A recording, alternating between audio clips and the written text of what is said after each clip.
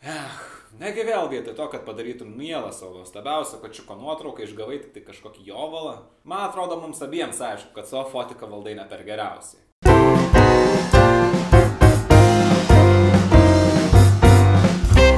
Sveiki, čia Gytis iš fotokursai.lt. Ir šiandien aš bandysiu užvelgti 4 pagrindinės priežastis, dėl ko tavo nuotrauka galėjo tapti išsiliejus. Visų pirma, dažniausiai nuotraukos gaunasi išsiliejusios dėl pernelyg ilgo išlaikymo, apie kurį šneku čia. Atminkite, jog ilgesnio negu 1/30 sekundės dalies išlaikymo niekada nereiktų nustatinėti fotografuojant iš rankos, o jeigu fotografuojate judesį, išlaikymą teks trumpinti dar labiau. Prie 1/400 sekundės dalies jau praktiškai bet kokį žmogaus keliamą judesį galėsite įamžinti ryškų, tačiau tas ir šviesos į fotoaparatą praleis labai mažai. Antroji priežastis tai nesugebėjimas teisingai sufokusuoti vaizdo. Visuomet venkite fotografuoti su visais fokuso taškais iš karto, kadangi fotoaparatas visuomet yra linkęs fokusuoti labiau judančius arba daugiau detalių turinčius objektus, kas nebūtinai yra svarbiausia nuotraukoje. Pasirinkite vieną fokuso tašką ir one shot arba AFS fokusavimo režimą.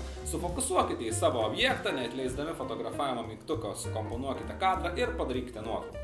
Trečioji priežastis yra pernelyg atvira diafragma. Kas yra diafragma, jau turėtumėte žinoti, o jeigu nežinote, pasižiūrėkite šį filmuką. Esmė tame, kad jeigu fotografuojate su platesne diafragma negu f2,8, turite būti beprotiškai atsargus fokusuodami. Net jeigu ir atrodys, kad sufokusavote ten, kur norite, fokusas dings jūsų subjektui arba jums su fotoaparatu pajudėjusi kažkuria pusė vos porą centimetrų.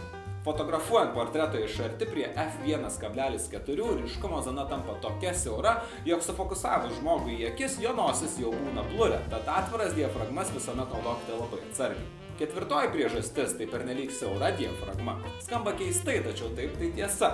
Daugumoje objektyvų diafragma privėrus iki f20 arba daugiau, ryškumas dingsta visame kadre dėl difrakcijos.